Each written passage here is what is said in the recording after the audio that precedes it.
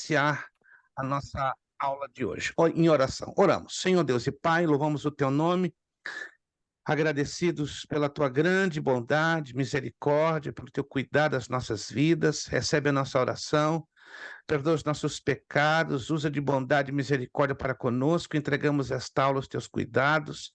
Clamamos que a tua bondade e misericórdia seja na direção de cada um dos teus filhos e filhas, iluminando mentes, corações, mantendo a chama do teu Santo Espírito bem acesa e, acima de tudo, a garra, a determinação, o valor, a valentia, a coragem. Senhor, não é fácil estudar a tua palavra, não é fácil, é difícil, é desafiante, exige muita renúncia, esforço e sacrifício, mas na tua graça tudo se pode, nós podemos, temos podido e continuaremos.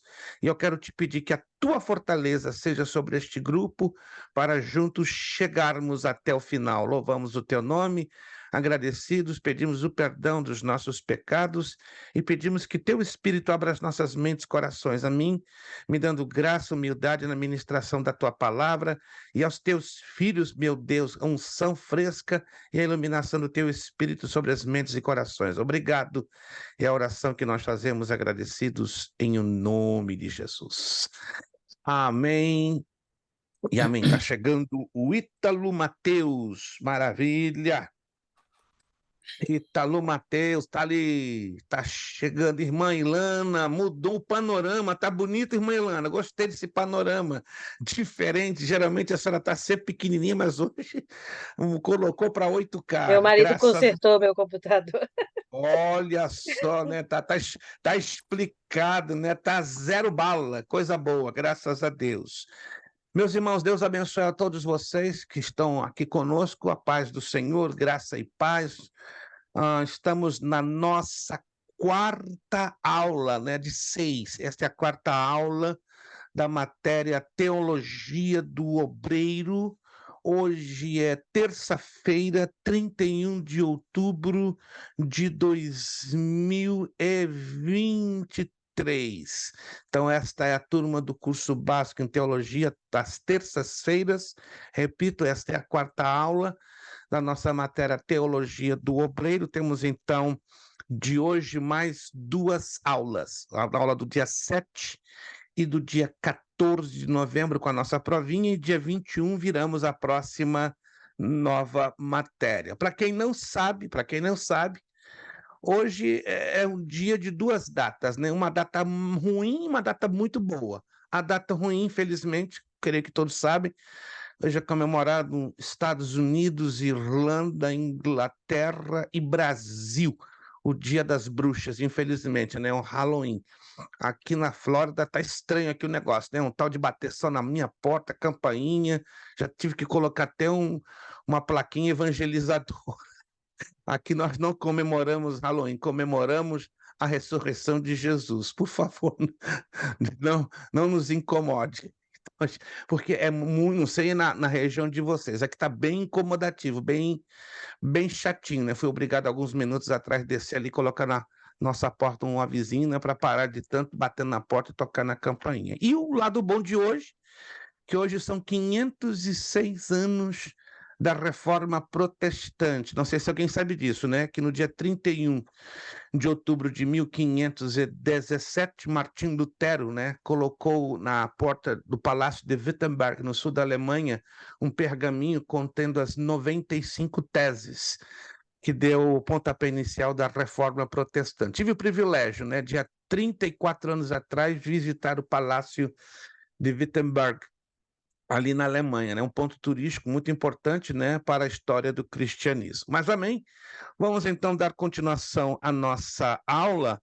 Abra aí a sua apostila, por favor, na página de número 15. Estamos estudando, né, o líder e seu lar. E hoje vamos falar, né, de uma parte bastante bem, mas muito pertinente a nós homens, né? Claro que nós vamos falar de outros aspectos, mas vamos falar do líder e seu lar, esposo de uma só mulher. E fica atento, porque Deus tem muito a nos ministrar na aula de hoje. A expressão não quer dizer que o líder cristão tem que ser casado. Olha que novidade! Quando você faz o estudo dos originais do grego koiné, que é uma matéria que vai ser estudada, como o irmão Leandro me antecipava, me abordava, né? O estudo do grego, da língua grega, ela é particularmente parte da matéria do curso bacharel em teologia. Eu sei que desse grupo aqui, quero acreditar, mais de 2 ou 3 vão para lá, vão continuar, né? Eu sei que alguns não vão ter, ou seja, ou o tempo, ou a possibilidade, enfim, mas eu louvo a Deus aqueles que têm essa garra de terminar o básico, continuar no médio e chegar lá no curso bacharel. No curso bacharel em teologia, nós estudamos duas matérias muito parecidas, a introdução do grego bíblico e grego 1. Essas duas matérias vão dar condições ao aluno em teologia, né, do curso bacharel, a pelo menos ler os originais do grego no Novo Testamento. Não é um curso que pretenda levar o aluno a ler, falar, escrever, traduzir, interpretar. Nós temos um curso dessa natureza, só que ele dura 1 ano e meio, né? Eu já preparei, graças a Deus, no passado, cerca de 45 obreiros na área de Boston, estão lá até hoje, né? Deixei eles preparadinhos, eles falam, escrevem, traduzem, interpretam e leem em grego koiné. Mas no curso bacharel, o objetivo é só levar o aluno num curso rápido, né? De 16 aulas, né? 8 aulas para a introdução e 8 aulas para o grego 1. Então, com essas 16 aulas, o aluno ele tem a capacidade de ler o texto do grego koiné. E é muito interessante. Talvez vocês nunca leram, eu vou um dia postar só para título de demonstrativo, nada mais, mesmo que você não entenda praticamente nada ou quase nada, mas praticamente mais de 60% do texto não tem nada a ver com a tradução que temos em língua portuguesa, né? Porque ele é bem diferenciado. E o texto, por que eu estou mencionando isso? Porque o texto do grego koiné não implica na ideia da obrigatoriedade do obreiro casado. Bem interessante isso, né? Ainda que entendamos que tem denominações, igrejas, concílios que exigem que o obreiro seja casado, começando até pelo cooperador. Aí você vai me perguntar, isso é errado ou é certo? Isso é muito relativo, vai muito do nível de maturidade que o obreiro tenha. Se é um obreiro imaturo, um obreiro muito flutuante, um obreiro que pode causar riscos e dores de cabeça, menos mal, mais vale que ele seja casado, ainda que, infelizmente, quem é imaturo, até casado, dá dor de cabeça. Mas vamos partir desse princípio, né? Vai muito da maturidade, né? Quando eu fui separado a obreiro, no meu tempo, era um tempo bem difícil, muito comparado ao de hoje.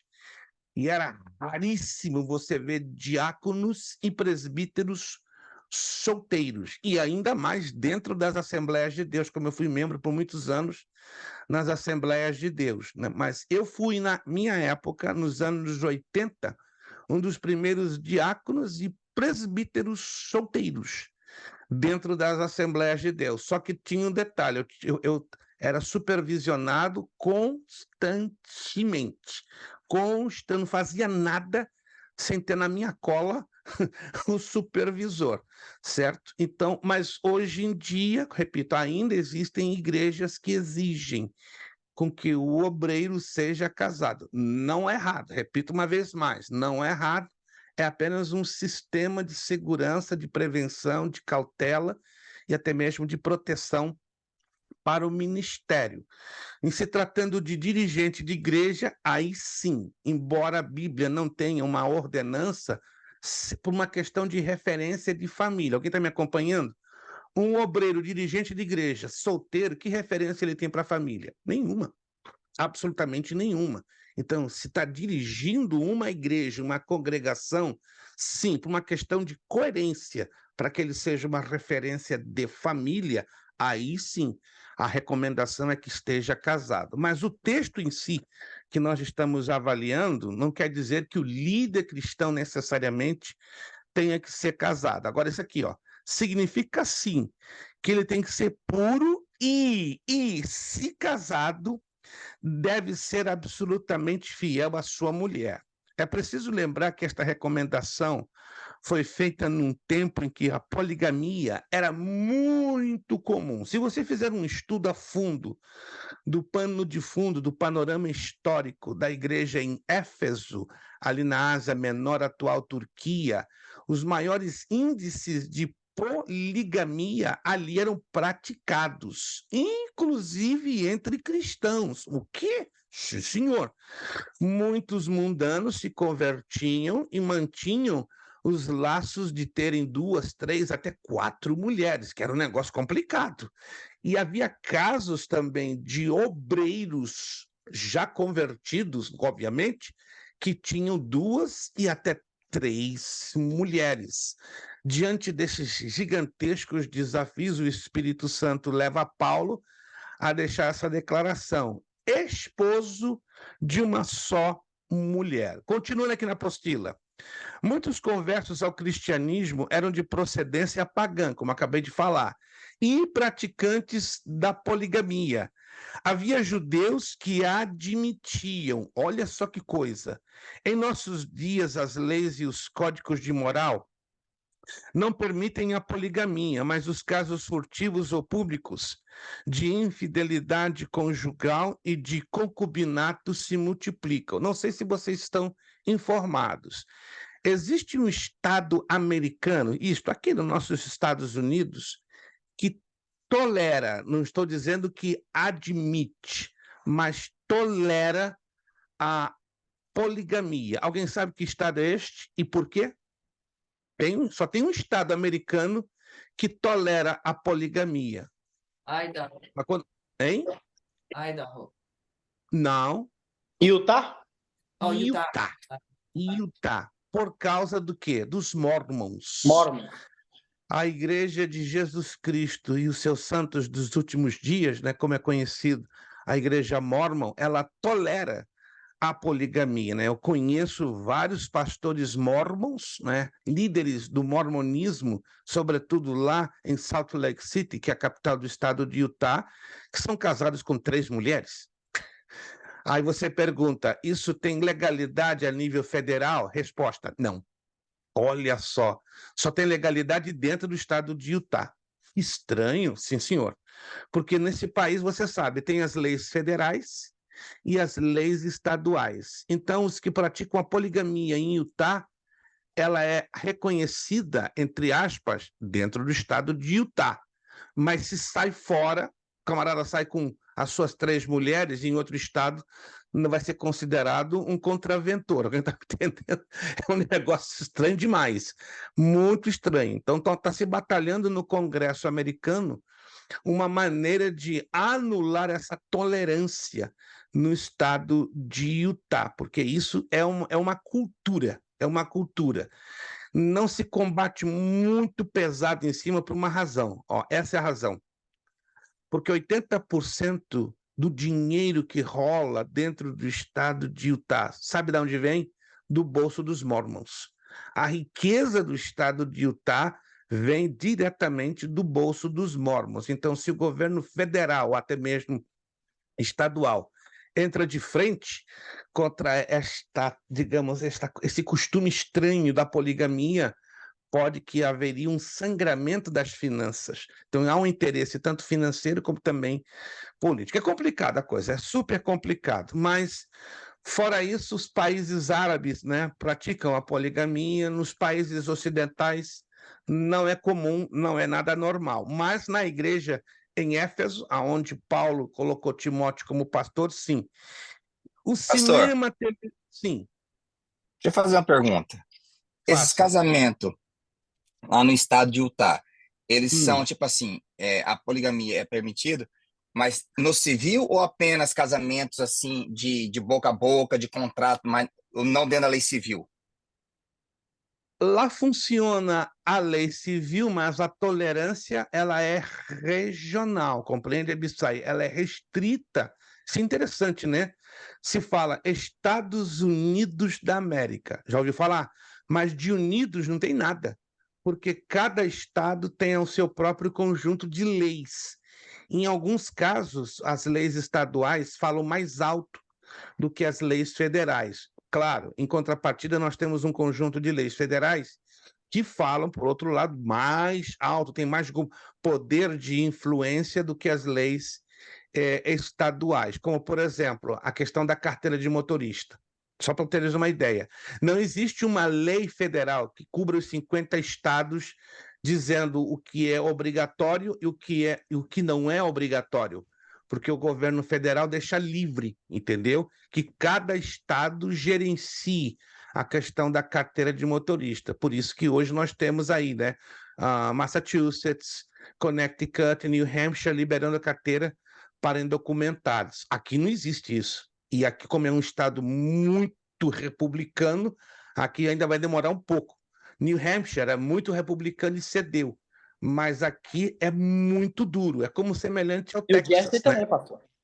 New Jersey, né? New Jersey, eu creio que New Jersey foi um dos últimos estados a liberar recentemente, Não, foi né, a Massachusetts. carteira. Liberou primeiro que Massachusetts. Não foi antes, né, de New Jersey, veio antes e depois veio Massachusetts. Mas os estados tradicionalmente muito republicanos, como Texas, aqui e outros, é bem complicado, né? Não estou dizendo que seja impossível. Eu estou fazendo a comparação para tu entenderes a questão da Não, porque a minha poligamia. pergunta, pastor, se ele é mais específica, é o seguinte. Vamos analisar o seguinte. Uma pessoa que é casada lá no estado de Utah vem se converter ao cristianismo. E aí o seguinte, como é que fica essa pessoa que se converteu e ele é esposo de 3 mulheres, por exemplo? É uma situação bem complicada. Muito. Eu conheço um caso. Particularmente, eu conheço um caso. Foi um dos casos mais estranhos que eu já acompanhei em 18 anos, ao longo, né, 18 anos. Eu estou aqui há 23 anos, então ao longo de 18 anos. Eu acompanhei este caso, o camarada se converteu para valer, ele tinha 3 mulheres, literalmente tinha 3 mulheres, né? Ele saiu do mormonismo, se converteu, se tornou servo de Deus mesmo para valer, e ele teve que tomar a decisão mais difícil da vida dele. Qual foi? Se divorciar das 3. Essa coisa mais louca, mais louca, mais louca. Com cada um ele tinha uma média de 1 a 2 filhos. Para você ver, olha a situação complicada. Ele passou num dilema por mais de 4 anos, até que, por fim, nós procuramos ajudá-lo, orientar. Ele se congregava numa igreja batista pentecostal, e aí chegou um ponto que eu só troquei ideias com o pastor dele. Olha, pastor, é o seguinte, eu não vou continuar acompanhando o irmão tal, porque ele é membro direto seu, então, por ética, não fica uma coisa coerente, embora ele me tenha como amigo, mas a título de aconselhamento, etc. e tal, o senhor é o pastor dele por direito. Então, pastor, que Deus oriente o senhor, porque esse é um caso super difícil. Passado algum tempo eu descobri, né? Passaram-se quase 3, 4 anos, eu descobri que ele divorciou das 3. Está solteiro até hoje, mas ficou a consequência, né? Os filhos, se não me engano, um total de 5 filhos. 5 filhos, mas ele, por consciência, a palavra de Deus, compreende, Abissai? Por consciência, a posição que ele tomou na presença de Deus, ele se divorciou das 3 e agora está sozinho. Isso estou falando de 14, 15 anos atrás, né? Hoje é um senhor eu até compreendo, pastor, mas isso aí não feriria a lei me perdoe estar estendendo esse assunto, mas aqui, tipo assim, não feriria a lei do divórcio concernente para você só pode divorciar se for em casos de adultério, sim, em casos de violência? Porque como é que faz uma pessoa dessa? Eu bato na tecla. Não, mas eu bato na tecla. Vai muito da consciência do líder que está orientando, vamos lá, vai muito da consciência do líder, ainda que ele conheça a palavra. Eu vou entrar agora rapidamente com a palavra, eu vou explicar o porquê é tão complicada essa situação, e vai muito da consciência da pessoa em si. Deixa eu te levar, a todos os alunos, isso aqui é um assunto realmente polêmico, necessário, claro, porque estamos batendo numa tecla muito delicada, muito meticulosa, mas vamos ver o que Jesus fala sobre isso lá em Mateus capítulo 19. Eu creio que a maioria de vocês conhece esse texto, né? De Mateus capítulo 19. Mas ali tem um versículo que a maioria passa por cima, ou não observa, que tem um detalhezinho ali que Jesus fala, e é uma grande verdade. E que verdade! O detalhe que a gente passa por cima desse texto. Mateus capítulo 19, versículo 8. Abissai, se tratar de problema de divórcio, pensa num cara que sofre, assim, fica sem comer, sem dormir direito, porque eu tenho uma minha consciência com a escritura. A minha consciência, ela é atrelada 100% com a escritura, que não me faz em nada melhor do que ninguém. E eu não tenho como dizer, vem cá, é assim assado, não, é assim. Assim diz a escritura. Aceita, aceita, não aceita, aí já não é um problema meu, é um problema da pessoa com Deus. Mas vamos lá o que diz, bem claro, Mateus capítulo 19, verso 8. Respondeu-lhes ele, Moisés, por causa da dureza do vosso coração, vos permitiu mandar embora vossas mulheres. Mas no princípio não foi assim. Versículo 9. Eu vos digo, porém, que qualquer que se divorciar de sua mulher, não sendo por causa de imoralidade sexual, algumas traduções trazem como adultério, outras prostituição, outras traduções trazem como fornicação, e se casar com outra, comete adultério, e o que casar com a divorciada também comete adultério. Versículo 10. Disseram-lhe os discípulos, se essa é a condição entre o homem e a mulher, não convém casar. Agora, observa, Abissai, o verso 11 e 12. Não somente o irmão Abissai, mas os alunos. Aqui que morre muita gente, e muita gente não entende isso aqui, ó. Versículo 11. Ele, porém, lhes disse, nem todos, observe isso aqui, ó, nem todos podem aceitar esta palavra, mas só aqueles a quem é concedido. Versículo 12. Pois há eunucos que nasceram assim, outros foram feitos eunucos pelos homens, e há eunucos que se fizeram eunucos por causa do reino dos céus. Quem puder aceitar isso, aceite. Está percebendo, irmãos, os termos que Jesus aqui coloca, principalmente no versículo 11. Nem todos podem aceitar esta palavra, mas só aqueles a quem é concedido. Ou seja, nem todos vão aceitar a argumentação que o próprio Senhor Jesus coloca. Concordam? E a prova disso que nós vemos hoje dezenas de pastores divorciados. Eu conheço aqui nos Estados Unidos pastores brasileiros divorciados 2 vezes, 3 vezes, 4 vezes dirigindo igreja. Estranho, né? Muito estranho. O quê? Pá, fala sério. Não, Deus me perdoou, me deu uma outra oportunidade. Mas peraí, mas como é que você explica? Já perguntei a eles com muito respeito. Como é que você explica Mateus 19, 11? Não, eu não explico, não, mas tem que explicar. Você é pastor de igreja, você tem um rebanho, você tem que ser referencial de família. Sabe o que ele faz? Fecha a cara e me dá as costas.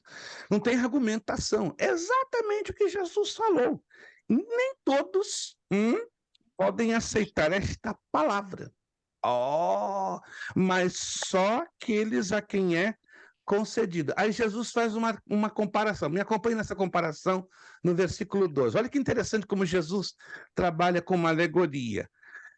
Pois há eunucos que nasceram assim. Ou seja, há homens, literalmente, nasceram castrados. Vocês sabem que tem homens que têm um problema genético, um problema dos órgãos genitais, que eles nascem literalmente estéreis e castrados. É o que Jesus está falando.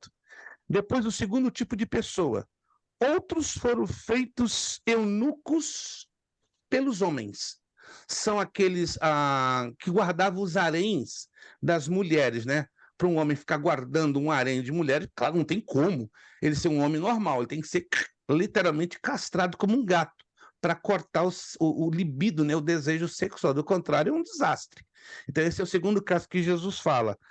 Aí depois tem o terceiro caso. E há eunucos que se fizeram eunucos, ou seja, decidiram ser celibatos, decidiram não se casar, decidiram não ter relacionamento sexual, decidiram ter uma vida de solteiro, como diz o apóstolo Paulo, né? Que tem aquele que deseja, opta, escolhe por viver uma vida de solteirice. Então, irmão Absaí, irmãos, essa é uma questão ainda complexa, não para Deus. Para Deus está claro, a Escritura é clara, mas o problema é que o ser humano, o homem, sempre vai argumentar diante daquilo que a Escritura está aqui. O próprio Jesus disse, nem todos podem aceitar este conceito. Infelizmente, nem todos vão ser obedientes, nem todos vão ter mente aberta, nem todos vão dizer amém, é o que diz a palavra. Ok, mas alguns vão dizer, ok, é o que está escrito na palavra, mas me dá o direito de retornar à minha vida, ser uma pessoa feliz. Uma coisa é certa, irmãos, se tem alguém no universo que decidiu abrir mão de todos os direitos, sabe? Você sabe quem é essa pessoa? Tinha Jesus. todos os direitos no universo e por amor a mim e a você e a nós, decidiu o seguinte, abro mão de todos os meus direitos. Quem foi essa pessoa? Jesus Cristo. Jesus Cristo. Se Jesus Cristo, tendo tudo na mão, sendo o rei do universo, para ser nosso exemplo, abriu mão de todos os seus direitos, e aí? E nós? Não, é meu direito ser feliz, é meu direito pensar assim, é o nosso direito. Mas vamos pensar nos direitos que Jesus tinha, e tem, porque ele recuperou todos eles depois que ele realizou o casamento, a obra na cruz do Calvário. Alguém está me entendendo, gente? Sempre, volta e meia, vocês vão ouvir argumentos defendendo uma segunda chance, uma terceira chance.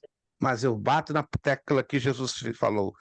Nem todos podem aceitar esta palavra, mas só aqueles a quem é concedido. Aí vai de cada um com a sua consciência diante de Deus. Amém? Todos entenderam? Conseguiram entender um pouquinho? Isso aqui é um assunto que dá pano para manga. Fala lá comigo, Ítalo Mateus. Boa noite.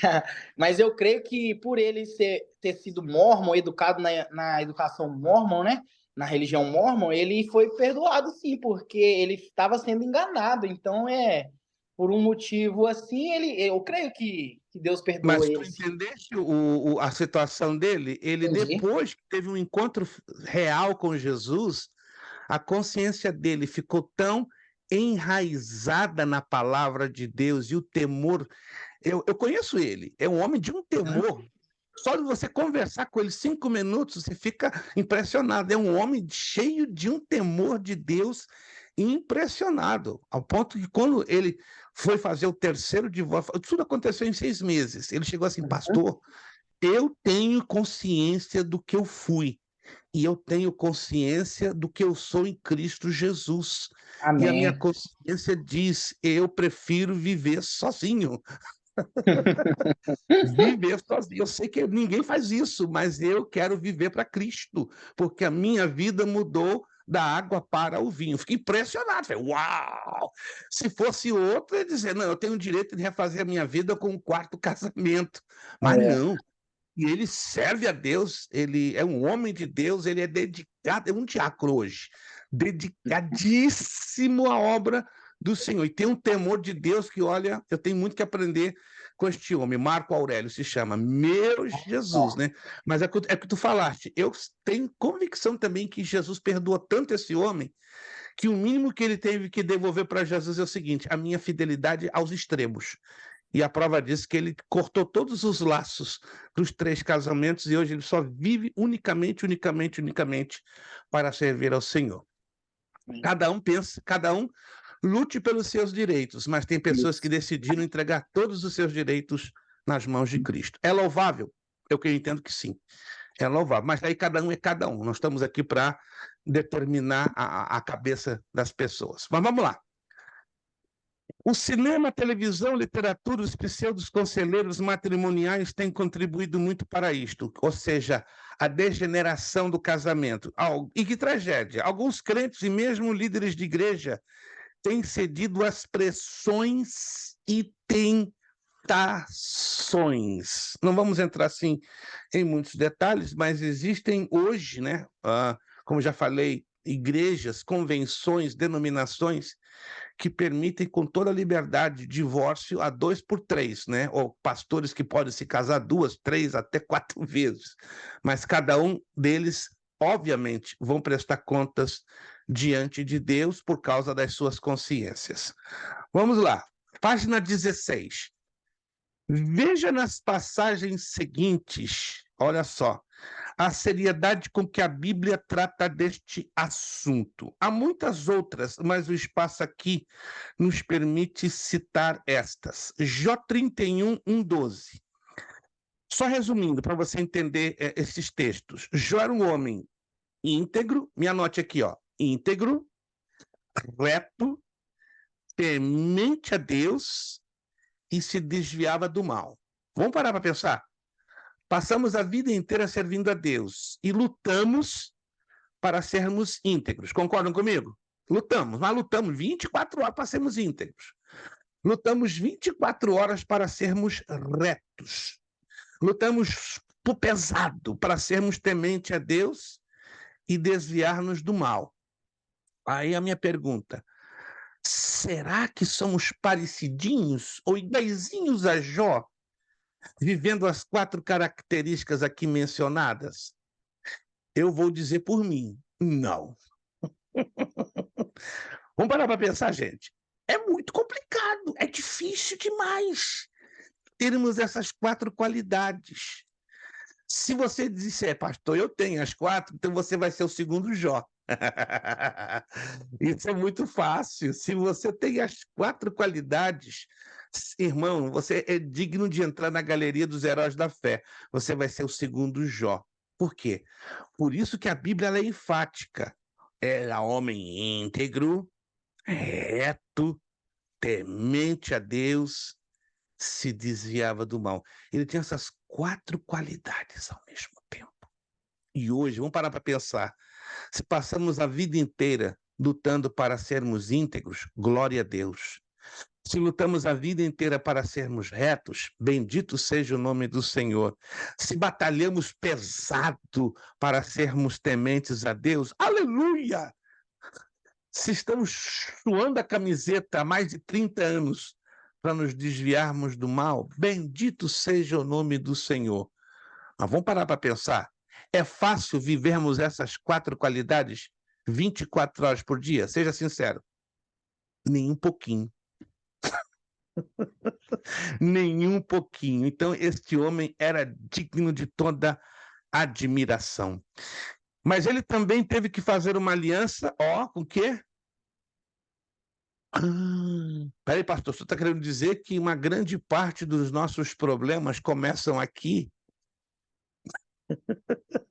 com os nossos olhos. Em 2 de Samuel 11, 12 a 4. Vamos ver isso aqui? Talvez você já passou por esse texto, mas não percebeu. Uau! Segundo livro de Samuel, capítulo 11. Meu Deus! Segundo livro de Samuel,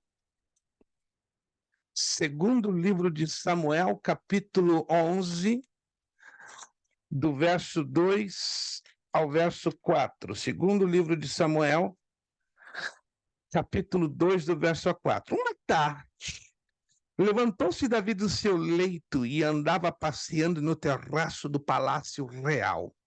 No terraço viu uma mulher que estava se lavando. Era esta mulher muito formosa.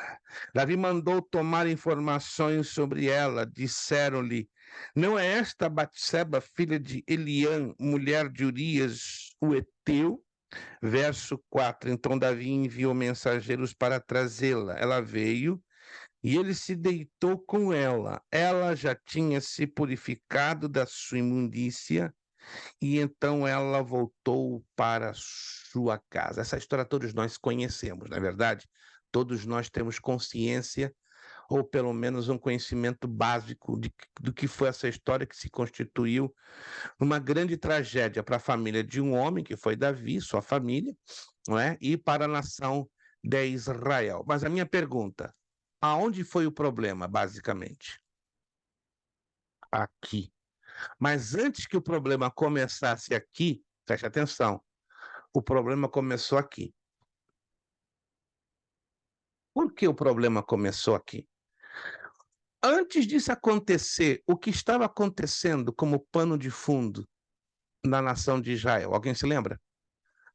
Antes do problema, começar aqui, chegar aqui, porque estava todo o problema, na verdade, aqui. Estão me acompanhando? O problema estava todo aqui, para depois chegar aqui. Mas o que estava acontecendo atrás de Davi? Qual era o pano de fundo da situação da nação de Israel naquele momento? Alguém pode me resumir em rápidas palavras? Israel estava em guerra, pastor. Israel estava em guerra. A nação de Israel estava em guerra. Anote aí, a nação estava em guerra. Ok. O que de estranho, então, aconteceu para a coisa chegar aqui e depois aqui na questão de Davi? Algo estranho aconteceu. Tinha algo fora do normal, algo irregular. Davi deveria estar na guerra também. Aí está. Era hábito, era costume. Alô? Alguém está me ouvindo aqui? Dos reis de Israel. Todos, sem exceção. Quando a nação está em guerra, o rei era o primeiro a estar na frente. Mas aqui nós vemos algo muito estranho. Davi manda todo mundo para a guerra. Vamos lá, vamos embora. E eu fico quietinho aqui. Esse foi o problema. Davi errou por falta de posicionamento e de compromisso. Quando estamos fora da posição, é automático. Saímos da posição, perdemos o compromisso. Davi estava tão bem, irmãos, maravilhosamente bem. Bastou ele sair da posição e ele perdeu o compromisso. Quando se perde o compromisso, se perde a visão. E, pastor, dá para uma mensagem, claro. Saia da posição, você vai perder o sentido de compromisso. Quando você perde o sentido de compromisso, você vai perder o quê? A visão. Quando você perde a visão, tudo é válido. Tudo é simplesmente válido. Então, o problema de Davi foi seríssimo. Aí podemos também recorrer em Números 15, 39, Mateus 5, 27 e 29. Então, guarde isso. Antes do problema chegar aqui, antes do problema chegar aqui, ele já começa aqui. Ele já começa aqui. Se os olhos de Davi se corromperam, é porque o seu coração já estava corrompido. Os olhos simplesmente confirmaram a sua fraqueza, a sua debilidade. Provérbios, capítulo 5, do verso 1 ao 23. O sexo com a própria e única mulher, ou com o próprio e único marido, é criação, é dádiva de Deus, que visa a procriação e o prazer. Fora do casamento, o sexo é iniquidade que prende, cordas do pecado que detém, falta de disciplina, loucura. Sobra um rápido parêntese.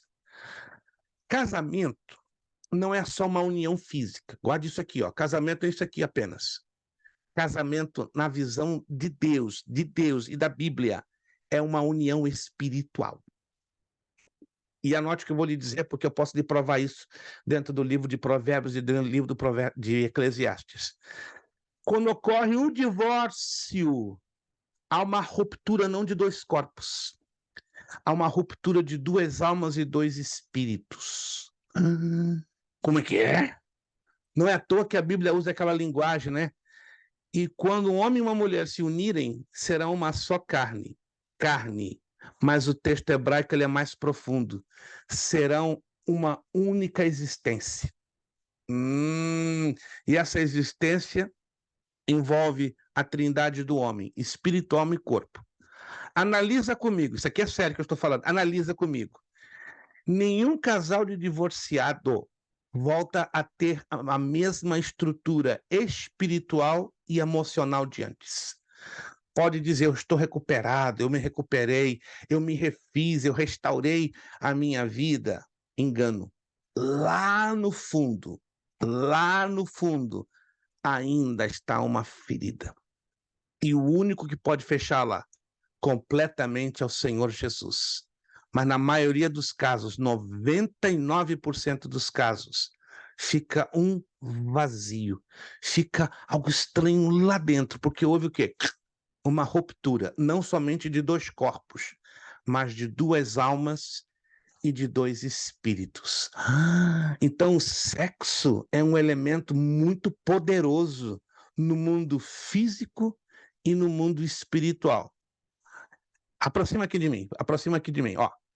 Por que você acha que na feitiçaria, no satanismo, na magia negra se evidencia muito as relações sexuais? Porque o sexo é um elemento, o físico, que cria um enganche, uma conexão quase que automática no mundo espiritual. Os demônios se relacionam com seres humanos e reforçam seu poder através de quê? Relações sexuais. Nunca ninguém observou isso? Quem sabia disso? Quem trabalha com libertação sabe, né? Eu já trabalhei vários anos com libertação, eu e minha esposa, creio que a irmã Sabrina, pastor Anderson, conhecem um pouco sobre isso. Quem trabalha com libertação, ou já trabalhou, vai entender o que eu estou dizendo. Porque isso tem uma conexão muito forte. O sexo, estranho, né? Mas isso é bíblico, tem uma conexão fortíssima para ligar com o mundo espiritual. Seja o mundo espiritual no lado positivo, seja o mundo espiritual do lado negativo das trevas. Por isso que na quimbanda, na umbanda, no candomblé, na feitiçaria, no satanismo em geral, é muito usado, é muito apelado à sexualidade, porque é um elemento que faz isso aqui, ó, conexão. E para quebrar conexão, por isso que muita gente, por exemplo, quando está endemoniada, vai lá, repreende, tem alguma coisa, tem um pacto, que parece que não acontece nada, pode usar o nome de Jesus. Não é que o nome de Jesus não seja, é poderoso, mas além do nome de Jesus tem que se reconhecer aonde está o pacto. E na maioria das vezes são pactos feitos através de relações sexuais ilícitas. Uau! Mas isso eu não vou entrar nesses detalhes agora, porque é um negócio que vai longe. Vai longe, vai longe. O livro de Provérbios e o livro de Eclesiastes usa muito sobre isso, a linguagem figurada, né? Mas, em outras palavras, sexo foi determinado para ser usado dentro do casamento. Fora é muita dor de cabeça. Outro texto tem Malaquias 2, 14 e 16. Note a importância que Deus dá aos votos feitos no casamento. Ele foi testemunha dos mesmos e não se esquece. O patriarca Abraão é censurado no verso 15. Em Gênesis 16, 1 ao 4. Ninguém seja infiel para com a mulher de sua mocidade. Infidelidade é uma coisa que você diz, pode ser perdoada? Pode, mas ela fica marcada aqui dentro. Fica marcada aqui dentro. É uma coisa interessante. O camarada é infiel à sua esposa ou vice-versa. Podem até alcançar o perdão de Deus e até se perdoarem mutuamente, mas a infidelidade abre uma brecha enorme. Para ela ser fechada, tem que passar por um processo de cura espiritual muito profunda, porque abre, é como uma sangria muito forte. Não tem pior coisa para um casal do que o quê? A desconfiança. Concorda comigo? Peraí, se ele fez comigo, se ela fez comigo, pode fazer várias vezes com outro. Então, é o que diz aqui a Escritura, né? Ninguém seja infiel para com a mulher de sua mocidade. Aonde no Antigo Testamento nós lemos, você vai se lembrar, com certeza, Deus dando uma ordem ao profeta para se unir a uma mulher infiel. Oséias. Oséias. Coisa de doido, não é verdade, evangelista Alexandre? Deus fala, ó, pega aquela mulher, aquela prostituta, une-te a ela. O quê? Gente, eu queria estar ali para ver a cara do Oséias. Meu Deus!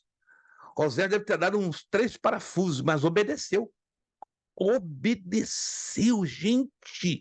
Os profetas do Antigo Testamento, vou dizer, hoje eu fico preocupado, com todo respeito eu falo isso.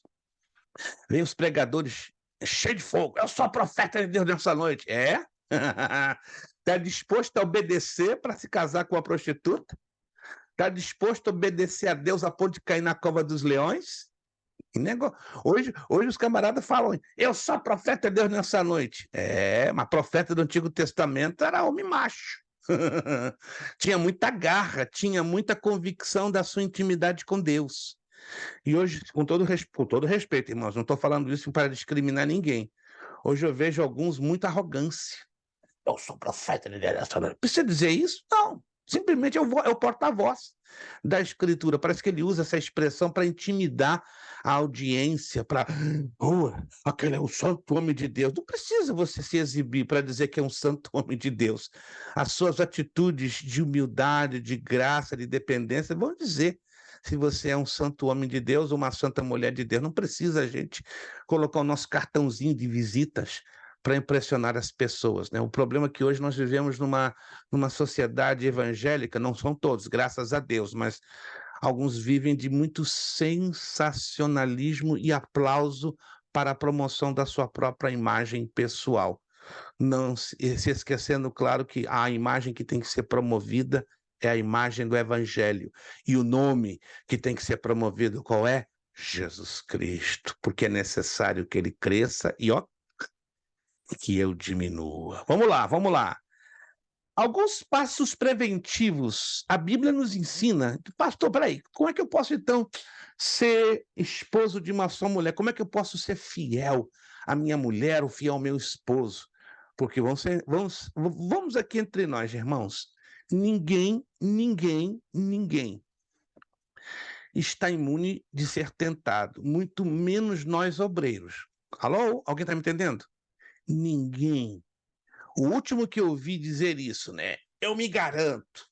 Há uns 6 anos atrás, um pastor na área de Boston, num púlpito, numa igreja lotada, eu me garanto, eu sou o cara, não tem tentação que me derrube. Eu baixei a cabeça, Jesus, tem piedade deste teu servo. 2 meses depois, ele é traído pela esposa. Uau! Irmãos, ninguém pode tomar essa arrogância de dizer, eu me garanto. Temos que dia e noite dizer, Senhor, tenha misericórdia de mim. Tenha misericórdia do meu casamento. Tenha misericórdia da minha esposa, do meu esposo. Senhor, guarda a minha família. Eu sou alvo, direto do ataque do diabo.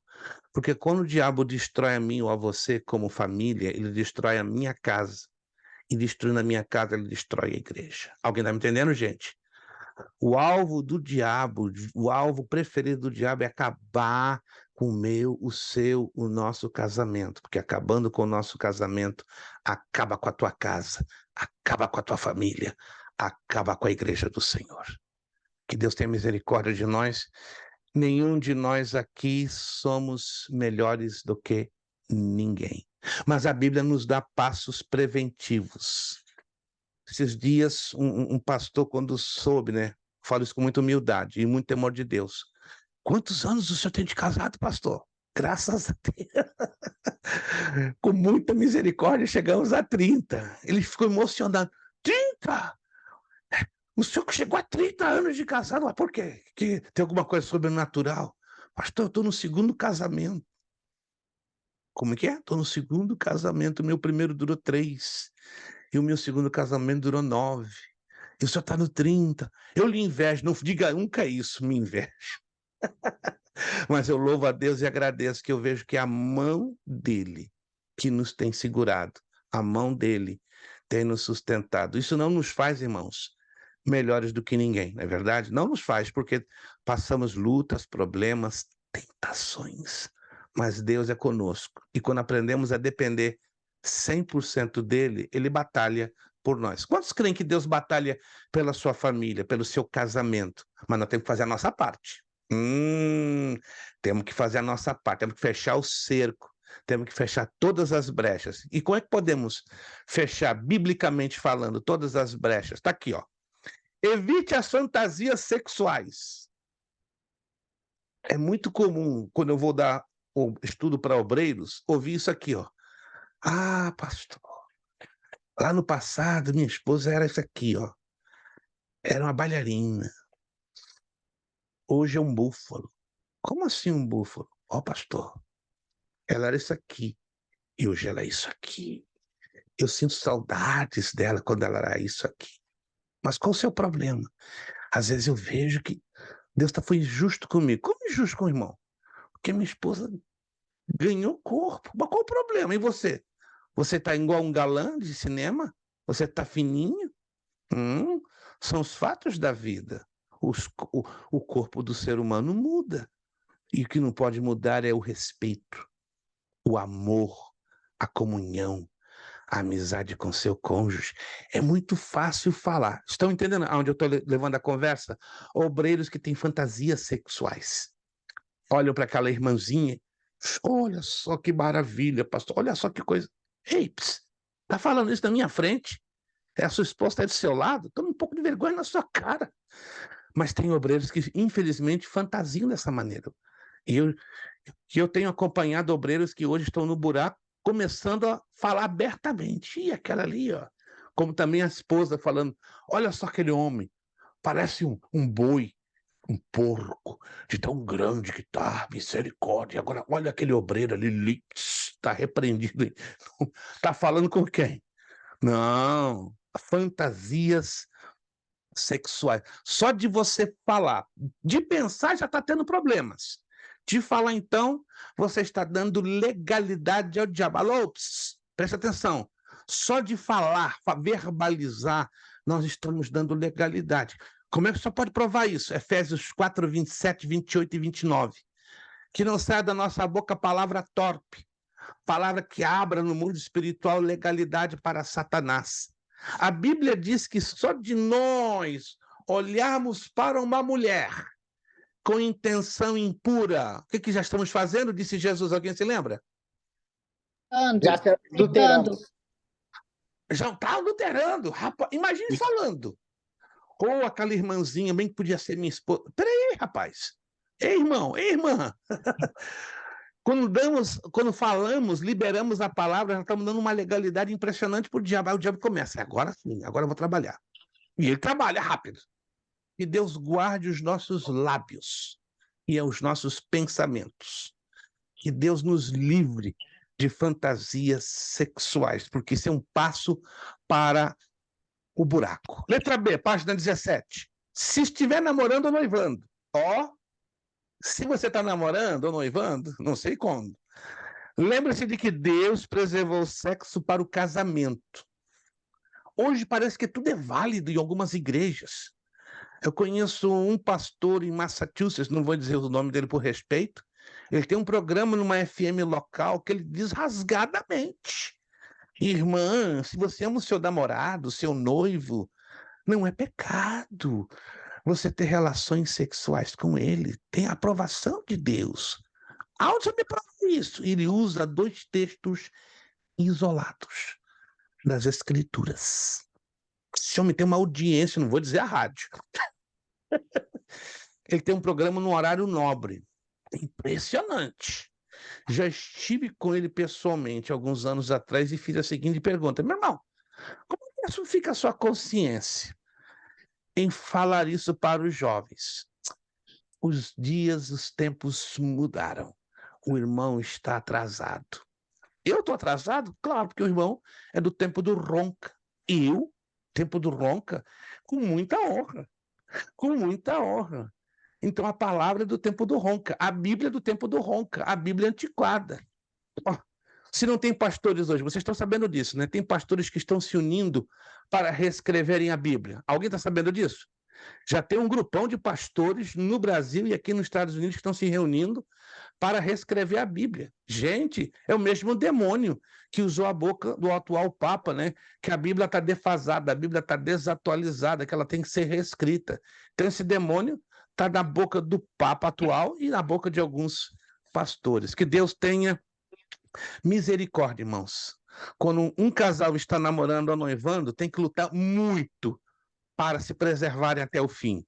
Carícias em demasia nesse período compromete o relacionamento do casal depois na vida conjugal. Por quê? Vem a consequência: desconfiança, ciúme, tudo é colhido na mesma proporção no casamento. Vale a pena se preservar até o fim? Sempre valerá. Sempre. Sempre. Letra C. Se você é casado, se você é casada, ame a sua esposa ou seu marido. Cultive um relacionamento feliz com ela e com ele. Ei, o tempo não me permite entrar nesses detalhes. A gente trabalha muito isso, temática para encontro de casais, né? Eu e minha esposa, quando temos a oportunidade, quando somos convidados a ministrar encontro de casais, então a gente trabalha bem com essa temática, provando na Escritura Sagrada.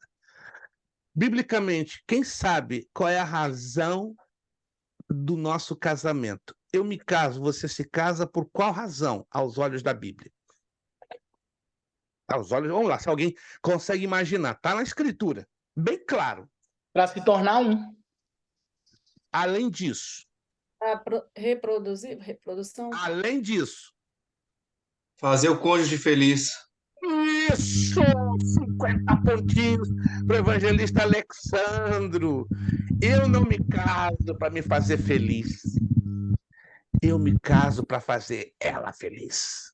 Irmão Gil Grijó, eu tenho certeza que o irmão casou com a irmã Roviane para fazer ela rir demais, entrar na gargalhada 24 horas por semana ou por dia. Irmão pastor Anderson, falo com um carinho tremendo do senhor. Se você casou com essa mulher de Deus aí do seu lado para fazer ela sorrir sem parar. Ai, meu Deus. Pastor, Irmão Leandro, a irmã Angélica, ela é feliz, sabe por quê? Porque o irmão decidiu fazer ela feliz. Irmãos, fale comigo. A gente fez 20 anos essa semana de casados. Que vitória! Meu Deus! O Anderson vai direto para o céu por estar me aguentando. Glória a Deus! E que dirá Maria Luísa? Maria Luísa vai para o terceiro céu, 30 anos me aguentando. Não, eu ganho vocês em tudo, em 10 anos à frente, e só conversa com a Maria Luísa. Maria Luísa diz, chegamos à marca dos 30, glória a Deus nada, é Ele que tem misericórdia de mim. Não. Falando sério, irmãos, nós nos casamos para fazer o outro feliz. Irmã Ilana, a senhora está aí juntinha do seu amado, sabe por quê? Eu que me casei para fazer ele feliz. Ele dá 1000 gargalhadas, é por minha causa. Irmãos, vamos parar para olhar na Bíblia Sagrada. O casamento do cristão tem que ser enxergado desta forma. Provérbios, Eclesiastes, Efésios, tem ricas orientações que nos chegam à conclusão. Eu me caso, não é para fazer... Hoje eu ouço a garotada, vou casar para satisfazer o meu desejo sexual. Eu vou casar para me controlar. Ei, isso é egoísmo. Isso é ignorância bíblica. Você vai se casar primeiro porque você ama a sua esposa. E porque ama tanto ela que você vai fazer ela feliz. Ou você, irmã, vai se casar com seu esposo, ama tanto a ele que vai casar-se para fazê-lo feliz. Amém, irmãos? E o amém saiu sufocado. Eu ouvi, não vou dizer quem, mas alguém falou um amém assim. Um amém sufocado. Vamos em Efésios, capítulo 5. O peso do casamento, sem dúvida. O peso do casamento, sem querer querendo, nessa aula de hoje, parece que ficou num tom de aconselhamento matrimonial. Mas é a temática, né, da teologia do obreiro. Efésios, capítulo 5. Sem dúvida nenhuma que o peso do casamento repousa sobre o homem. Tudo que o homem semear vai repercutir automaticamente e diretamente em cima da mulher. Não tem jeito. Não, a culpa é dela. Pss, calma. Se a culpa é dela, o primeiro culpado é ele, que semeou mal. E aí gerou uma reação totalmente adversa e negativa na mulher. Vou provar vocês. Olha só. Efésios capítulo 5. Efésios capítulo 5, versículo 22. Pastor, minha mulher não é submissa. Minha mulher é desobediente, minha mulher é complicada. Minha mulher é carne de pescoço. Calma, por que a sua mulher é complicada? Porque a sua mulher é carne de pescoço. Porque a sua mulher é insubmissa. Agora eu vou te mostrar. Está anotando em algum lugar aí? Olha o que diz aqui, Efésios 5, 22. As mulheres sejam cada uma submissas ao seu próprio marido como ao Senhor. Mas escute, para a mulher ser submissa aos seus maridos, como sendo ao Senhor, tem que acontecer antes uma ação do marido. Se essa ação do marido não vem em primeiro lugar, esqueça-se.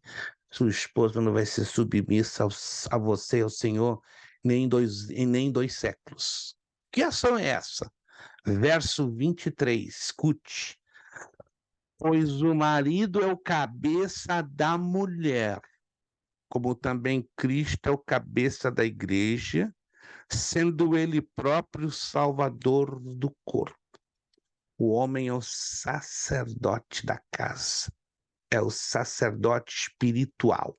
Não é apenas o provedor, mas é o orientador espiritual da casa. Olha o 24 e 25.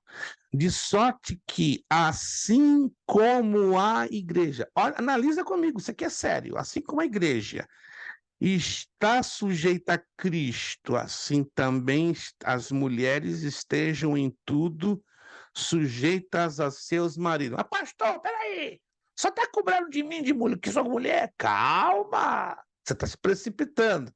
Agora o 25 é para nós, é uma pancada na minha e na sua cabeça, meu irmão. Está preparado para a pancada? Olha só a pancada que a Escritura nos dá no verso 25. Maridos, ó, quem são os maridos aqui? Luiz Prestes, Gil Grijó, ó, Evangelista Alexandro. Ítalo ainda não, né? Se não me engano. Ainda não, mas vai chegar lá, Ítalo. Vai chegar, olha, quem sabe ainda no final desse ano, vai chegar a Rebeca lá na... Sai da frente. Vou ter alegria de quem sabe, né, nesses cultos que vão estar aí, ver o Ítalo recebendo essa bênção. Aí, Leandro Bonjú, Abissai, ó, verso 25. Maridos, receba essa pancada na cabeça. Amai a vossa mulher. E é facinho, facinho nada. Olha só. Como também Cristo amou a igreja. Como é que Cristo amou a igreja? E assim mesmo se entregou por ela. Como é que é? Como é que é? Como é que é? Então tem que amar a minha mulher. Como Cristo amou a igreja, morrendo por ela. É desse jeito. Não. O senhor está pedindo demais. Eu não estou pedindo demais. É a Escritura que está impondo. Isso é uma ordem. É a Escritura quem o diz. Ei, irmãos, se você não ama a sua mulher, como Cristo amou a igreja, está tudo errado. E, pastor, então minha vida está de cabeça para baixo. Por isso que a minha mulher não se submete fácil assim a mim. Agora você está começando a entender. Ih, meu irmão, me perdoe se eu estou revelando a sua vida. A minha intenção não é essa. Mas eu estou apresentando o plano bíblico. O plano bíblico é esse. Alô? Os irmãos estão me entendendo? Os irmãos. Macho man, estão me entendendo? Isso, as irmãs estão ligadas. As irmãs estão com os faroletes ligados, estão farol de milha. Tá? Porque a felicidade da nossa casa, do nosso lar, da nossa família, está nas mãos de Cristo, sem dúvida nenhuma. Mas nós tomamos decisões, começando de nós, esposos. Irmãos, é uma coisa tão linda e tão impressionante que quando o homem não assume o seu papel de sacerdote espiritual da família, as coisas não funcionam como deveriam. Mas, pastor, como é que fica o caso de uma família onde o homem não é crente, é só a mulher? Temporariamente, essa responsabilidade espiritual é delegada, fica na mão da mulher. Se ela é uma mulher de Deus, ela leva praticamente toda a casa na cabeça, espiritualmente falando.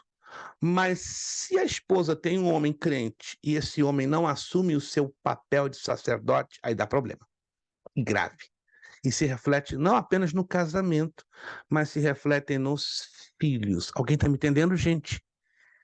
Irmãos, isso é como fosse um jogo de dominó. Você já viu o jogo de dominó? Você coloca as pedrinhas todas enfileiradas. O que você faz com a pedrinha? O que acontece com as demais? Você faz assim, ó, derruba uma pedra. O que acontece com as outras? Quebram-se, vão tudo quebrando. Assim é a felicidade da minha casa. Está nas mãos de Cristo, mas abaixo de Cristo está na minha mão como o sacerdote. Está na sua mão como você, sacerdote, meu irmão, e minha irmã, porque aí tem que haver o quê? Tem que haver comum acordo. Vamos avançar. A vida espiritual do casal, assim como a comunicação e o sexo, são da máxima importância. Não vou ler os textos que vai tomar tempo, mas leia com atenção Colossenses 3,19, 1 de Pedro 3,7, Tito 2:4-5, 1 de Coríntios 7:2-5. Vamos resumir aqui esses textos? Casais que não têm problemas de saúde, preste atenção. Casais que não têm problema de saúde, nem ele nem ela. Casais altamente saudáveis. Corpo, espírito, alma e corpo. Aí começa aquele joguinho chamado pirraça. Tá ali a mulher, fazendo aquele carinho, cafuné no homem. Vou usar uma linguagem figurada, tá? Para vocês entenderem. A mulher quer a parte dela no casamento. O homem, tô cansado. Trabalhei muito. Quebrei 30 casas hoje. Você sabe, tô mal. Uma noite, 2 noites, tudo bem. Mas sonegar esse direito à sua esposa constantemente é perigoso. Tanto no lado contrário, tanto dele para com ela, como dela para com ele. Tem homens que são fogosos. Vamos abrir o verbo. Tem homens que têm dificuldade de se manterem na posição de celibatos por muito tempo. Na medida que as obrigações maritais vão sendo afastadas ou não cumpridas, o que você acha que o diabo vai ficar aplaudindo? Claro. E ele vai criar o quê? Várias brechas a nível de tentações. Está provado que uma parte, cerca de 34% dos adultérios, acontecem por negligência, ou de um ou de outro, na área do cumprimento das obrigações maritais. Quem está me entendendo, gente? Quem está me entendendo? Alguém está me entendendo? Porque vai chegar no momento que tanto ela como ele vão cair numa frustração. Eu tenho mulher em casa, para quê? Eu tenho homem em casa, para quê? Aí o diabo começa a trabalhar. Eu sou feia, eu sou gorda, eu sou velha, eu sou isso, eu sou aquilo. Aí trabalha na mente do homem. Eu já tenho uma certa idade, pá. Aí começa o diabo a trabalhar dos dois lados. E aí se aproveita de pessoas que estão até mesmo pertinho de nós na igreja para serem fonte de tentações. Aí, só a misericórdia de Deus. Então vamos trabalhar com isso. Evite expor-se às tentações. Está na letra E. Cada um conhece a sua estrutura e suas reações. Por que permitir-se conflitos e riscos desnecessários? Pessoas, por exemplo, que vieram do mundo, uma vida muito promíscua. Eu conheço um pastor que no mundo ele passou 36 anos, uma vida muito promíscua, chegou a ter em 12 anos mais de 25 mulheres. É horrível, né? Uma vida promíscua. Se converte, se casa com uma mulher virgem, mulher de Deus, e aí passam a ter problemas no casamento. A minha pergunta, por que eles passam a ter problemas no casamento? Porque um homem que passou mais de 20 anos, estão me acompanhando, uma vida promíscua, antes de que eles se casassem, eles deveriam passar por um processo de aconselhamento matrimonial e ele, por um processo, vamos assim usar a expressão para vocês entenderem, de desintoxicação espiritual. Alguém está me entendendo?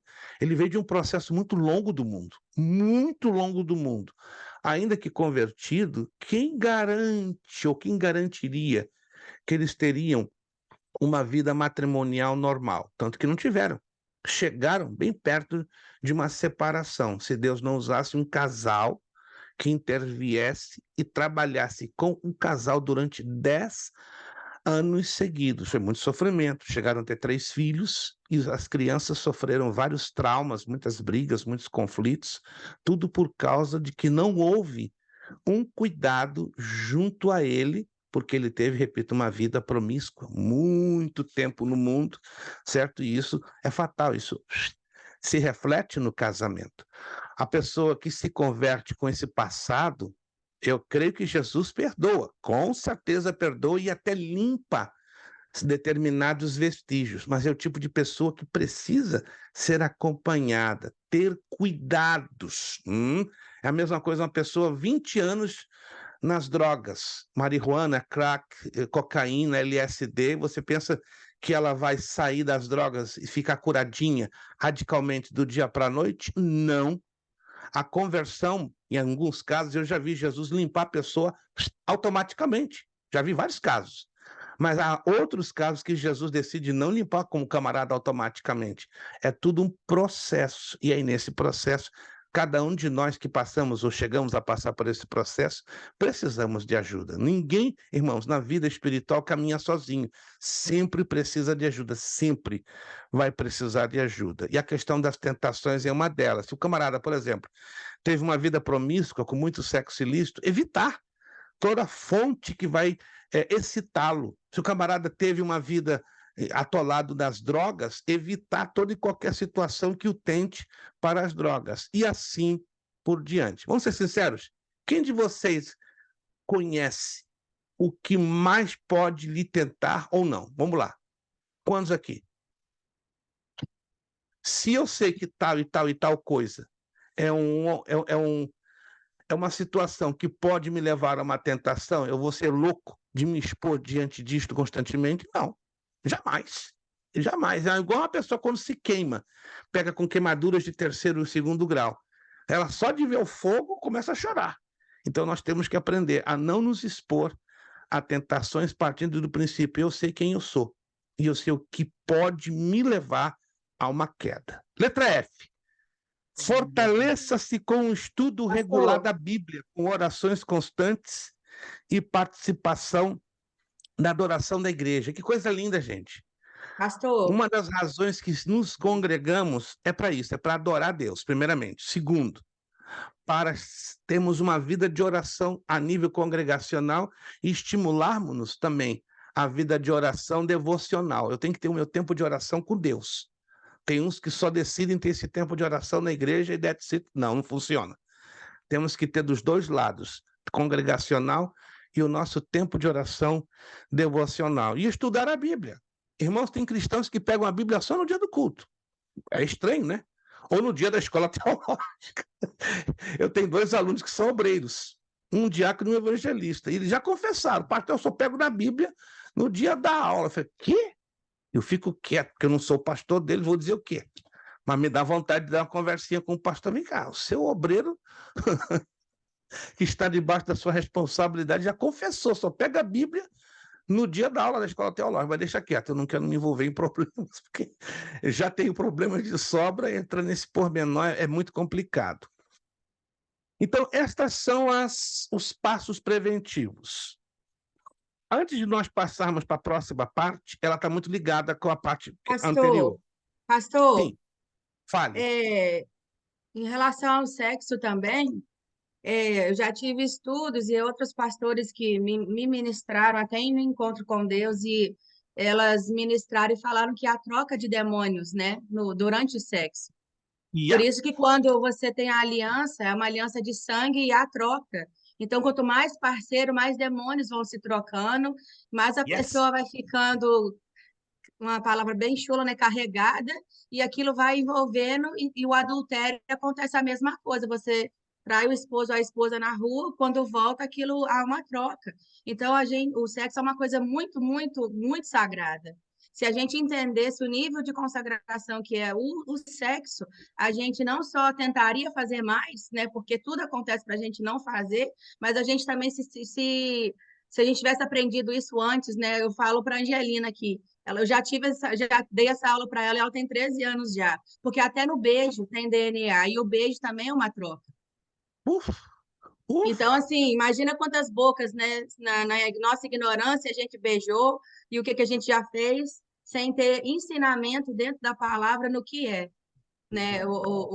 A senhora se refere ao sexo, beijo assim. na boca, mas está provado pela psicologia pastoral que o beijo mal dado no rosto já gera um nível de excitação até extremo. Desencadeia uma quantidade de hormônios inacreditavelmente alto. O beijo mal dado no rosto, entendeu? No rosto. Porque todo homem, toda mulher sabe, né? Tem homens que, por exemplo, só de dar um beijinho de leve assim no rostinho de uma mulher, caramba, já está subindo nas nuvens.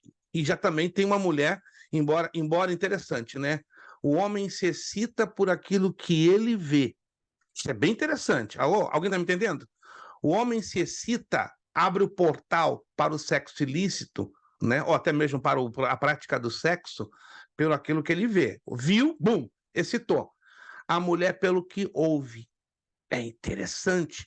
Por isso que tem, com todo respeito, uns sem-vergonhas, uns miseráveis, desculpa a expressão um pouco pesada, que já sabe a técnica e vai e fala de mansinho debaixo do ouvido da menina. Você é linda. Você é maravilhosa. Você por aí, minha vida. Ô, pastor, Rapaz, isso é pesado. Fale. é por isso que eu falo com a minha esposa direto aqui, que eu não concordo. Você pode achar até meio assim, meio... como é que fala? Xoxo do meu lado, esqueci como é que fala a palavra.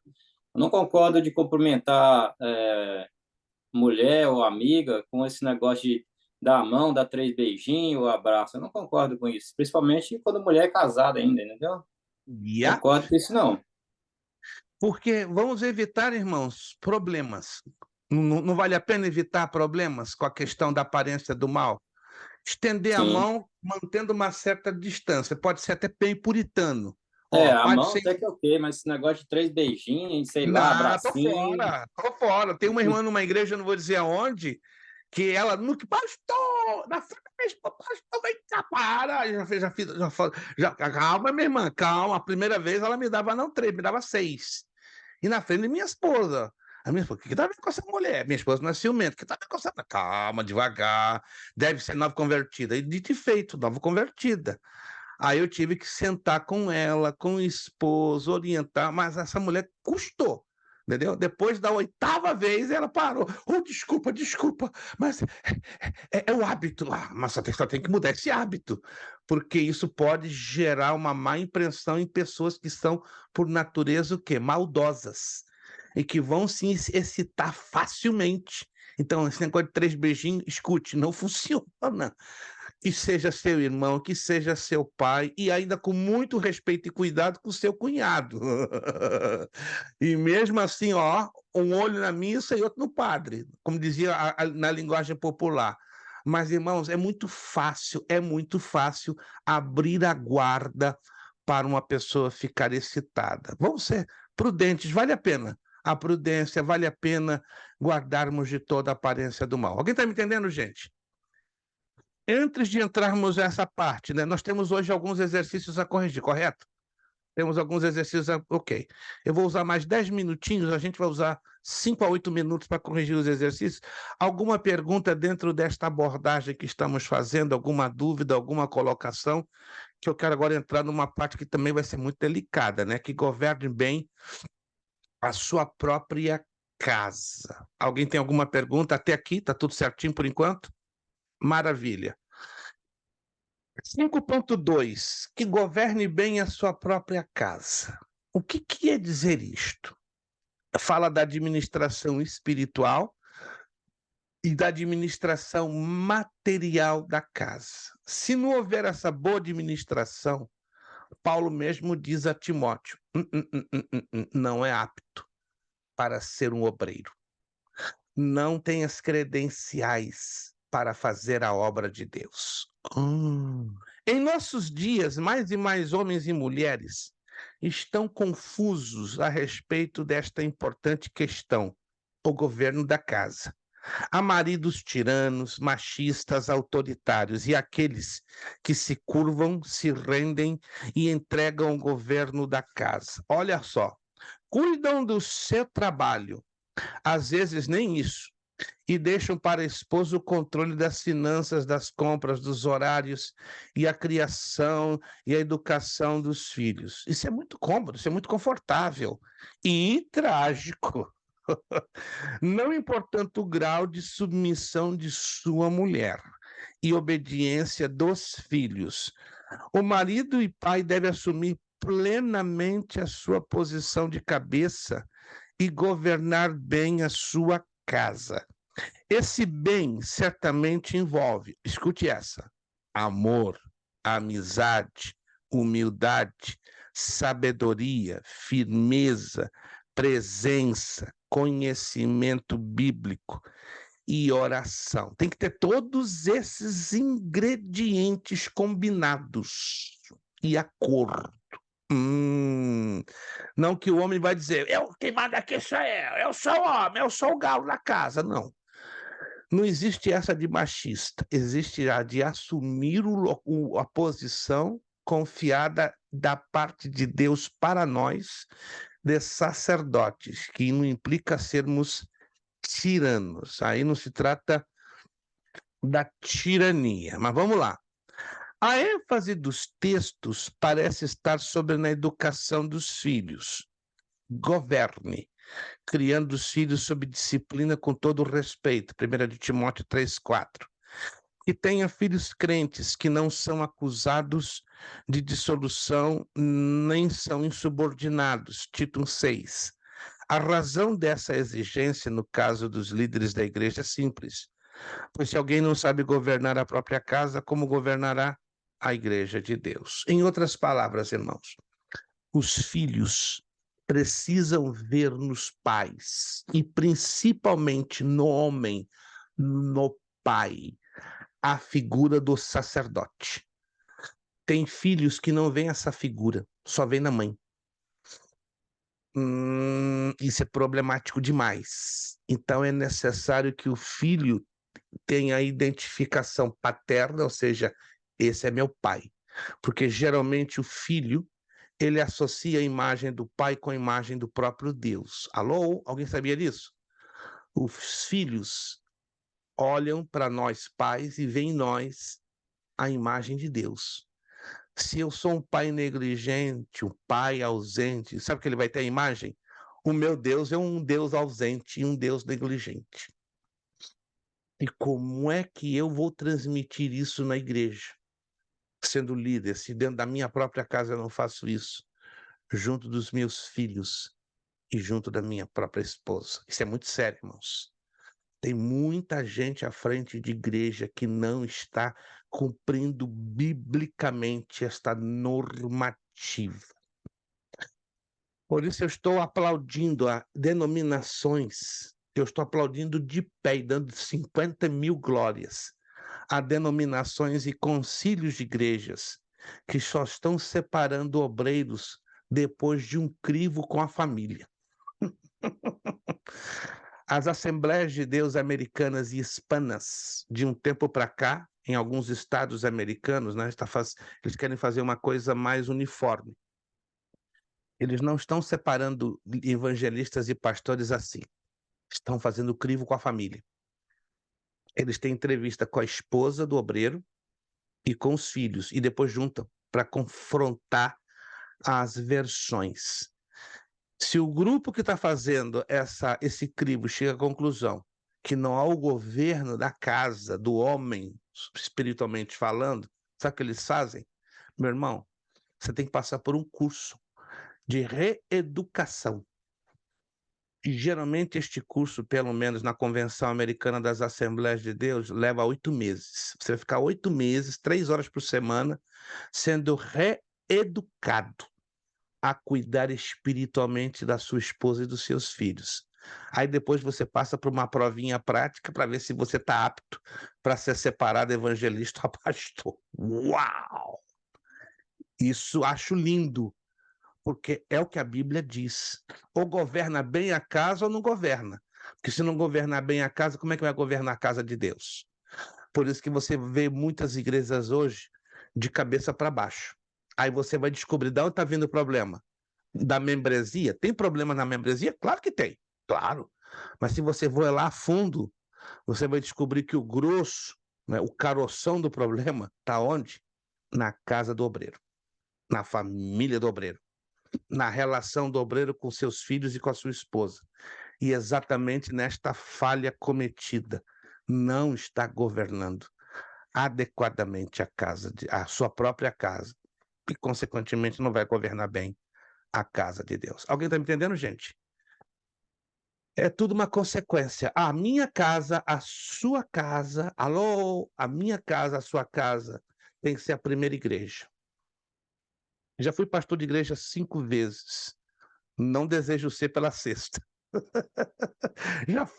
Já me ofereceram oportunidade. Falei, não, o meu tempo já terminou, já tenho uma certa idade, ainda com um pouquinho mais de experiência, mas eu já vivi essa experiência e a cobrança é muito grande, sobretudo para a família do obreiro. Não estou dizendo que isso seja ruim, é um pouco desgastante, mas é gratificante quando você luta em Cristo Jesus e faz da sua casa um pedacinho do céu. É lindo, gente.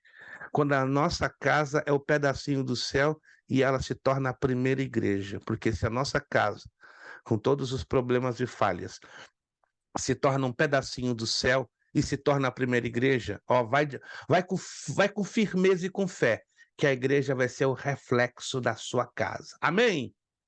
Amém, irmãos? A igreja deve ser o reflexo da minha casa. Aqui nós temos homens de Deus que estão dirigindo igrejas, a minha oração. Oro muito por vocês, meus irmãos. Pastor Anderson, evangelista Alexandre, oro muito para que Deus faça da casa de vocês cada dia mais um pedacinho do céu. Tem problemas? Tem angústias, aflições? Tem. Tem desafios enormes? Tem. Tem retaliações das trevas? Vocês sabem que tem. Mas todos os dias o Senhor faz da casa do evangelista Alexandre, faz da casa do pastor Anderson um pedacinho do céu, porque ali é a primeira igreja, aleluia. E sendo a primeira igreja, vocês vão transferir essa primeira igreja para as vidas às quais vocês pastoreiam. Amém, irmãos? Contem com as nossas orações, né? Eu já conheço um pouquinho a igreja do nosso evangelista Alexandre, ali um pedacinho do céu. Gente, entrei ali há alguns meses atrás, fiquei contagiado, né? Fiquei ali um pouquinho de tempo, eu falei, Jesus, é o rostinho do evangelista Alexandre. É fácil, irmão, não tem como enganar ninguém, né? Eu cheguei lá, vi o servo de Deus, a sua esposa, eu falei, uau, a igreja é o rostinho dele, igual a igreja dos nossos irmãos pastoranos e pastora Sabrina. É o rostinho deles, né? Eu convivo um pouquinho mais com eles, que eles estão aqui perto, né? A igreja deles, a Beloved Church, né? A irmã Rubiana e o irmão Gil os conhecem. A igreja é o rostinho deles, é o rostinho da Angelina, é o rostinho da Estela, é o rostinho do Samuel. É coisa linda saber que nós transmitimos da parte de Cristo essa linda capacidade. Vamos corrigir os exercícios e vamos deixar para a próxima aula o hospitaleiro. Tá? Então, para a próxima aula, vamos entrar lá no hospitaleiro. Essa partezinha aqui é interessante, gente. Essa partezinha aqui, uau! Vai pegar um pouquinho forte. Alguma pergunta, alguma dúvida até o momento? Está tudo bem esclarecido por enquanto? A Bernadette saiu... Não, está ali. Pensei que a Bernadette saiu da conexão, né? Não, a Bernadette, ela está igual a Marta, escolheu a melhor parte. Irmã Bernadette, daqui a pouco eu vou fazer isso, irmã Bernadette. Porque eu sei que aí no Brasil já está tarde, né? Mas estou louquinho para fazer isso. Dormi um pouco hoje, né? Então, mas daqui a pouquinho é a minha vez. Daqui a pouquinho já estou lá no berço, graças a Deus. Vamos para os nossos exercícios? Vamos para os nossos exercícios. Aonde eu parei? Alguém pode me ajudar? Eu sei onde eu parei. Eu quero saber se você está ligado. Ninguém está ligado comigo, não? Aonde nós paramos? Eu sei onde parei. Parou no 3. Responda, mencione pelo menos 2 passos. Mencione pelo menos 2 passos preventivos quanto ao obreiro a ser puro e fiel ao seu cônjuge. As respostas eu já vou dar para vocês. Ó. Você vai lá na página 16, na página 17. Alguém está comigo? Página 16 e 17.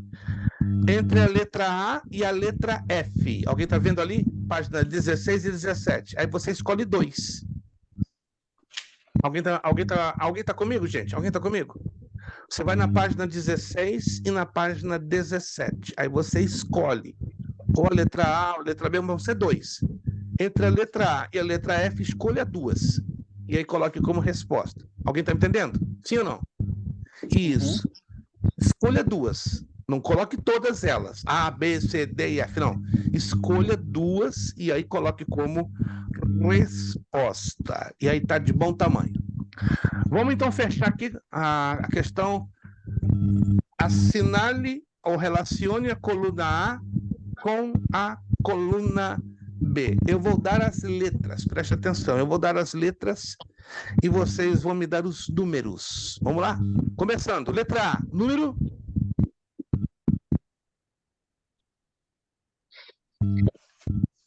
Eita, 10.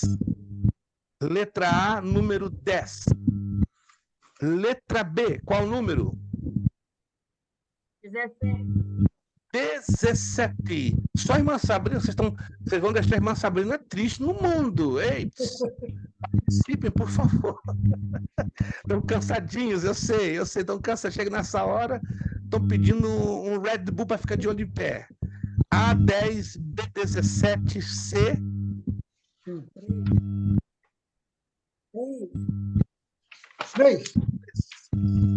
E número 3.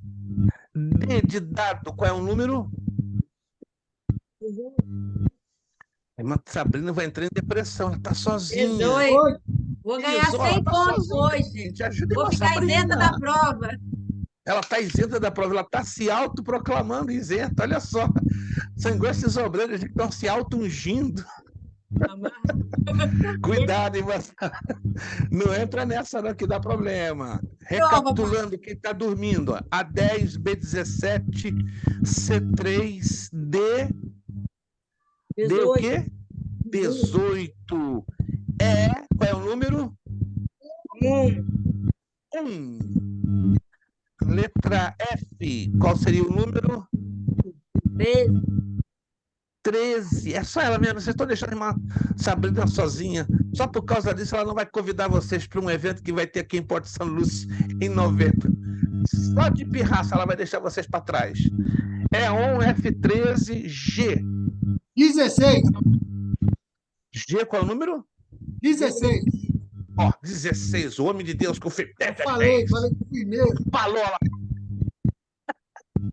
Pastor Anderson é homem de Deus, né? Tem firmeza nas respostas. G16. Olha, me enxerga aqui, hein? Tô colando isso. Me enxerga aqui, hein? H. Qual é o número do H? 4. J. Aí fala agora. Viu? J.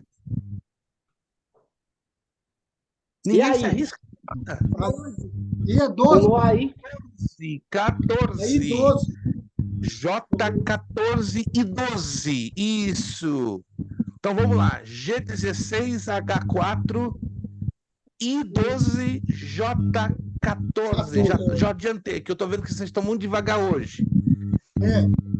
G16, H4 e 12, J14. K, qual é o número?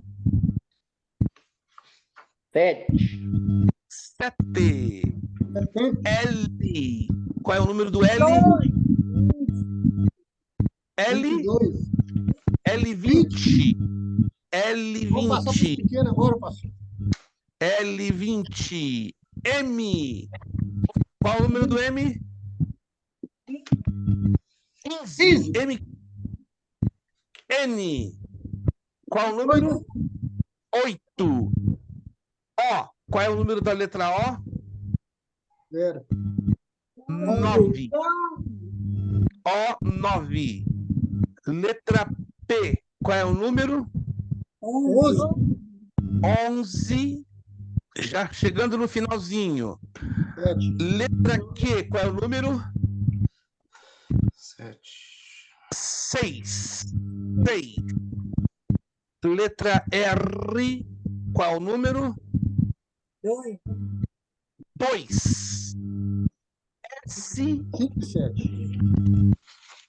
19. Letra T, por eliminação. Olha lá. 5. 5. Para quem se perdeu na poeira, vou repetir tudo de novo. Ouçam com atenção. Vou repetir. A10. B17. C3. D18. E1. F13. G16. H4 e 12. J14. K7, I20, M15, N8, O9, P11, Q6, R2, S19 e T5. Conferido, gente? Conferido? Tudo conferidinho? Maravilha, maravilha. Próxima aula, então, daremos continuidade falando sobre o hospitaleiro. Lembrando que esta nossa matéria vai se fechar no dia 14 de novembro. Então, temos a aula do dia 7 e o dia 14 com a última aula e a nossa provinha. E estarei já, então, no dia 7, já anunciando, não dia 14, na verdade, anunciando qual será a próxima matéria à frente. Vamos, então, terminar a nossa aula de hoje. Nosso muito obrigado a todos que puderam estar hoje conosco, né? Alguns alunos, infelizmente, não conseguiram chegar a tempo, né? Por questões de problemas pessoais, trabalho, nem conseguiram se comunicar conosco. Mas, amém. Queremos agradecer de coração o apoio que cada um de vocês, né, nos deram nesta aula. Peço orações pelo evento, né? Vai haver um evento na igreja dos nossos irmãos pastores Anderson e Sabrina, né, que vai ser na próxima semana. Eu vou postar aqui, fazer a postagem aqui no grupo, né? Teremos um seminário de escatologia ali na igreja Bethlehem Church, nos dias 10, 11 e 12 em Port St. Lucie. Eu sei que a maioria de vocês estão muito longe, né? Aí em Massachusetts, Nova York, New Jersey, não poderão estar aqui conosco, mas estejam orando para que Deus abençoe este evento. Vai ser transmitido pelo Instagram ou Facebook, irmã Sabrina, ou vocês não pretendem fazer a transmissão? Bom, acredito que depois vocês vão tomar essa decisão e nos deixar sabedores. Penso eu que para atrair as pessoas não seria, é uma opinião minha, né? A princípio, colocar nas redes sociais, só talvez o último dia, né? Para dar, digamos, para despertar um povo, ou então, pelo menos, gravar no momento que estamos ali desenvolvendo as aulas, para depois fazê-las postáveis. Vamos agradecer ao Senhor nosso Deus. Muito obrigado mais uma vez pela presença dos nossos queridos irmãos, né? Família Grijó, irmã Amanda, pastor Anderson e família, evangelista Alexandre, irmã Bernadette, irmã Vanderleia, que está ali animada, meu Deus, irmã Ilana, Deus abençoe. Ítalo, vou pedir o Ítalo levantar a sua voz, abrir o áudio, e o Ítalo vai estar agradecendo, né, uma palavra de oração pela aula de hoje. Deus abençoe a vocês, tá? Estaremos juntos, se Deus quiser, na nossa próxima aula, nossa quinta e penúltima aula, no dia 7 de novembro. Muito obrigado a todos que puderam estar conosco hoje, a você que também pôde nos ajudar, né, com o pagamento da sua mensalidade em dia, que a boa mão do Senhor continue sustentando rica e poderosamente a cada um de vocês. Irmão Ítalo Mateus Alves, é nome de rei, rapaz. Ítalo Mateus Alves. Nunca vou ter esse nome. Vai estar nos agradecendo com uma palavra de oração e nos despedindo. Irmão Ítalo, por favor. Ó Deus, em nome de Jesus, Pai, nós nos apresentamos a Ti depois dessa aula, Senhor, abençoada e riquíssima em conhecimento, Pai. Nós pedimos nesse momento sabedoria, Senhor, da sua parte, Deus, sabedoria do seu tipo, Deus, porque nós precisamos da sabedoria dos céus, Deus, para nós aprendermos a viver melhor, aprender melhor e mais de Ti, ó Pai. Cuida das nossas mentes, ó Deus, tira de nós toda a maldade, tudo aquilo que não te louva, Senhor, que venha cair por terra, em nome do Senhor Jesus. Nós queremos, ó Deus, estar completamente, Deus, cheios de Ti, completamente amarrados a Ti e aprendendo a mais de Ti, Deus. Nós repreendemos em nome de Jesus toda seta, Senhor, na nossa mente, que venha tirar esse ensino, que venha tirar, Deus, qualquer parte daquilo que foi falado hoje, ó Deus. Que as tentações desse mundo, Senhor, que o Senhor possa nos ajudar a ser livrados dela. A Tua palavra mesmo diz que com a aprovação o Senhor já deu a saída, o escape delas, as tentações.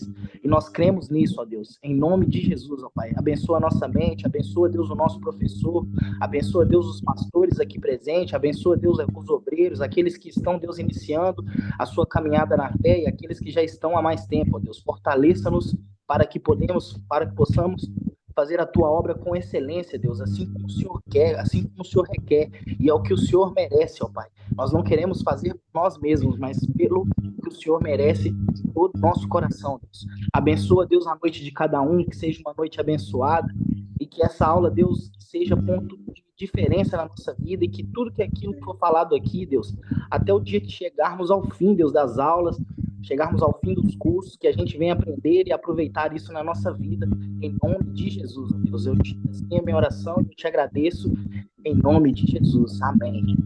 Amém, amém. Não se esqueça do nosso lema: seriedade, compromisso, disciplina, compromisso, disciplina,